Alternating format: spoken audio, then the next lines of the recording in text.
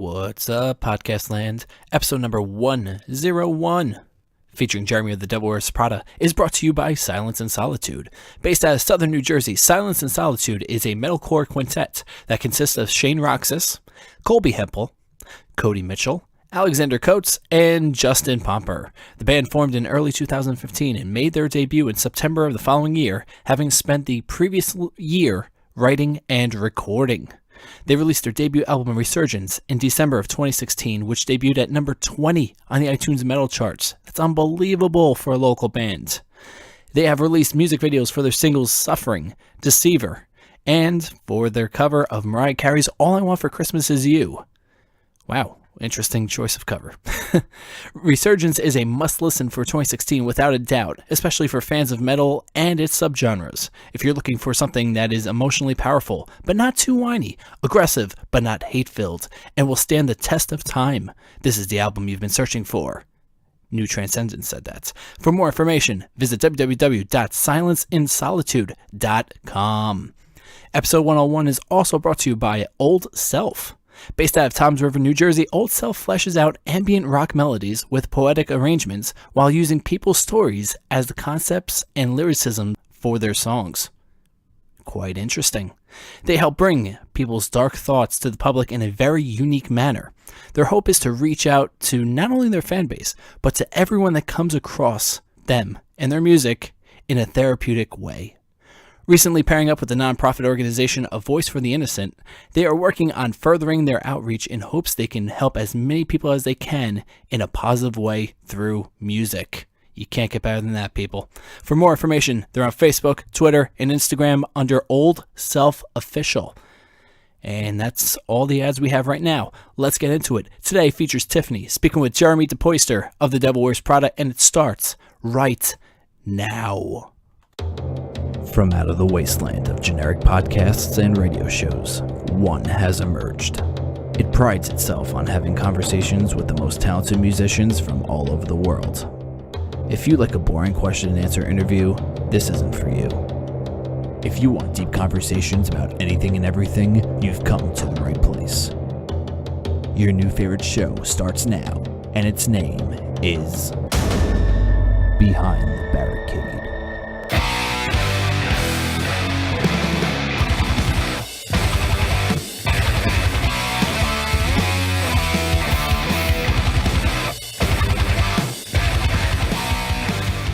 Awesome. Okay. All right. So good afternoon, everyone. I am Tiffany, and this is Behind the Barricade, and we have a very special episode for you today. I have on the line vocalist and guitarist for the Devil Wears Prada, Mr. Jeremy DePoyster. What's up, man? How is it going? Dude, it is going so well. Dude, I am pumped. You said you was out shooting a video? Am I allowed to know what for? Of course you cannot know what for. No, but it will all be revealed soon. Oh, okay. See, I love that. Even though I don't get to know, I love the anticipation. I have to first let you know the Devil Wears Prada is like my all-time favorite band. So when I was told I was able to interview you guys, I was completely pumped. Like, so that's awesome. Dude, you have no idea. I'm honored. No, I am honored. Cool. So, God, it's been almost 11 years you guys been together? Yeah, that's crazy, huh? That's a long time. Yeah, we're getting old. Yes, we are. Yeah. Do you ever feel like you're going to run out of material? You know what? I think about that, but then for whatever reason, the fountains just keep pouring. But I think we got really lucky with having Kyle come into the band, and he's just got this totally creative spirit, and he just thinks in such different ways than anybody else that's been really invigorating too. And he's really, really talented. So I think that kind of rejuvenated a lot of things too, and not going away anytime soon. Yeah, thank God. And this Transit Blues, you guys were like all together for this album because you're usually like in different places.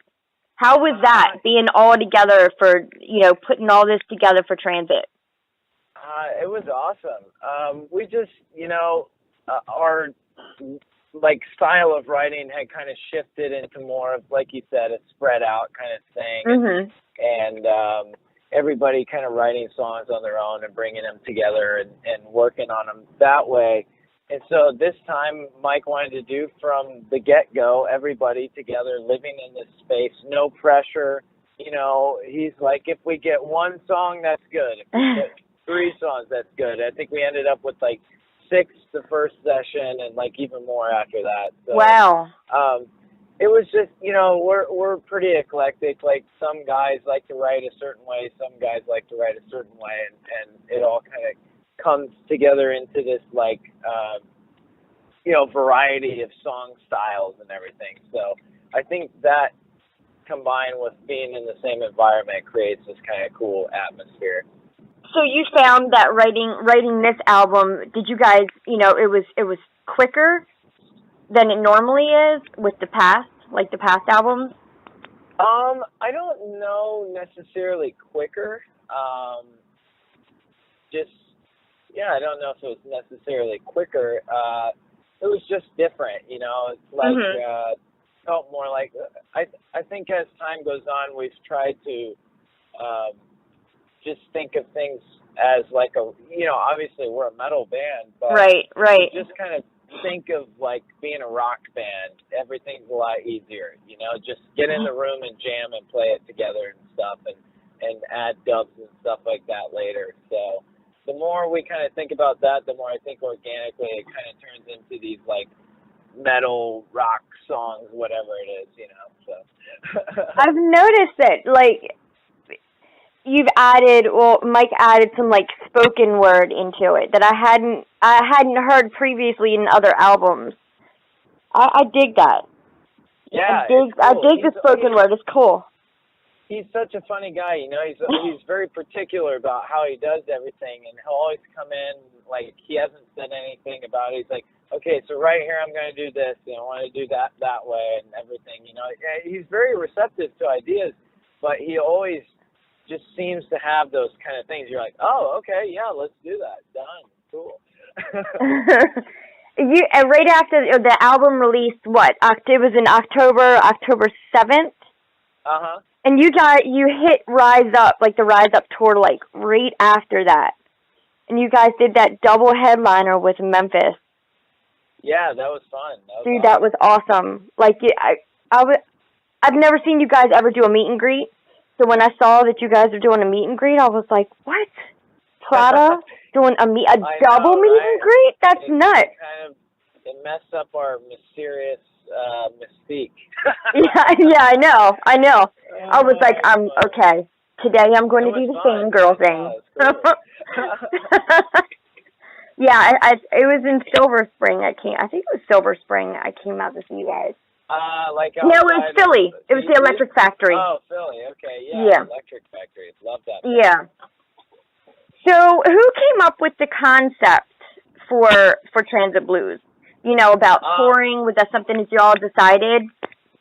No, that's Mike. We kind of leave like all the themes and the lyrics and everything to him, and he's, I think it's something that he's really felt a connection to for a while now. But like you said, we're old. We're getting old, and not really that old, right? But like we've been doing this for a long time, and you spend half of your life away, and you build all these amazing experiences. And it's really funny, when we just got together this week, I guess it's not a weekend, but yesterday, and like kind of rehashing some of the stuff. We hadn't seen some of the guys in a while, and like you talk about all these experiences you've had, but you kind of trade a real life for it at other times, and it's a very unnatural state of being. I think it's what drives like a lot of guys into drugs and stuff. Oh yeah. It's really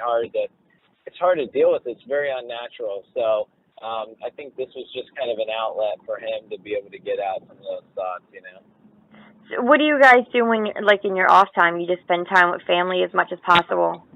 Yeah, big time. Especially, I'm married, and our bass player is married, and he actually lives like a mile down the road from me. His wife and my wife are like best friends. Oh, that's awesome. Oh yeah, it's actually his wife and him went to high school with me. We all went to the same school. Oh, and, that's cool. Then so we live there, and then Mike actually lives like a couple miles the other way from me. We all live like in the same general area in Chicago, so we hang out, you know, sometimes when we're at home and stuff, and like we hang out with those guys all the time. But then, you know, yeah, I take my wife to work every day. Oh, you do? Oh my God, she has to dig that. Oh yeah, she loves it. She's and you know, just like hang out with the dogs and do that thing, you know. There were some rumors floating around that, you know, since Mike and Kyle had this you know, side project, God Alone, like everybody started to panic, dude. They were like, "Oh my God, you know what that means? You know what that means? Prada's breaking up. Prada's breaking up." I'm like, "You're crazy. You're crazy. That's not going to happen." It's funny because they had kind of started writing those songs together, some of them, before Kyle even worked for us. So, like, they just met. Mike was dating this girl at the time or something, and Kyle was friends with her, and they met. We started talking about gear, and they started writing these, like, songs together, and then he ended up guitar teching for us for, like, a year. And when Chris, our old guitar player, left, we were like, "Yo, Kyle, you need to join the band," and he joined. And then, like, after, like, 3 years later, he finally was able to get the band going, you know, with the songs he wrote a long time ago. So it's like, dang, dude, you even worked for us and then joined the band before you even got to get those songs going. So, yeah. No, I think those guys, they're actually getting going. I think they're going to be recording some more stuff soon. That is Chicago. So cool. Yeah, it's a totally different vibe, but it's so cool. Of course, you know, I had to look. Oh yeah. I had to check it out. I'm like, yeah, I'm a big fan of it. I love that kind of like gothy rock, you know. Oh my God, me too. Me too. Anything dark, yep. Support it as much as possible. You know, telling all my friends, and of course, you know, all that good stuff. That's awesome. So what's your favorite song off of Transit Blues? I don't know. That's a great question. I like this song Worldwide. I like kind of, you know, it talks about some of these experiences that we've had, you know, touring around and stuff, and talks about Tokyo, and that chorus always reminds me of some great times that we've had there in Japan and stuff. I really like this song called The Condition. Yeah, me too. Me too. Yeah. That's probably my favorite. Yeah, I think my favorite is Daughter. It was the first one I heard. Yeah. That's a good one. Totally awesome. There's so much, I mean, so much different about Prada that you know, from other bands in the genre, you know, I guess just starting out, you know, they love all the craziness of it and all that. And you guys are just, you know, you make your music, you're seasoned, you know what you're doing, you know what your sound is going to be, you know how to deliver it, you know, and there's not all this craziness business behind it that nobody ever has to worry about, you know, and much respect. Like, I thank you so much for that. Well, we've been very fortunate in that, you know, we've kind of been able, we got started so young that it easily could have been a real quick flash in the pan, but everybody stuck around, you know, long enough so we could figure out what we were doing. So we've been very, very fortunate, you know. It's like every year that goes by, I never want to take it for granted, you know, and you always try and keep progressing because, like, what's the point if you don't? Exactly. You guys are getting ready to start Kill Thrax. So excited. Oh, yeah. And that starts in March in Jersey. Yes, it does. You guys have you've played with Anthrax and Killswitch before, so you're familiar with sharing the stage with them. How did that whole thing come about? Like, yeah, such a sweet lineup. Oh, it's awesome, isn't it? Yeah. When our agent hit us up, we were in Europe, and he's like, "Hey, blah blah blah, Slack came up for this." We're like, "Yep, do it now." Hell yes. They so like we played with Killswitch when we were super young, like maybe like 6 or 7 years ago, something like that. And we met Adam on that tour, and he ended up producing a couple of our records. And love that guy. He's like one of our favorite humans of all time. And then Anthrax we played with on the Mayhem all summer in 2014. So it's exciting, like just to be able to.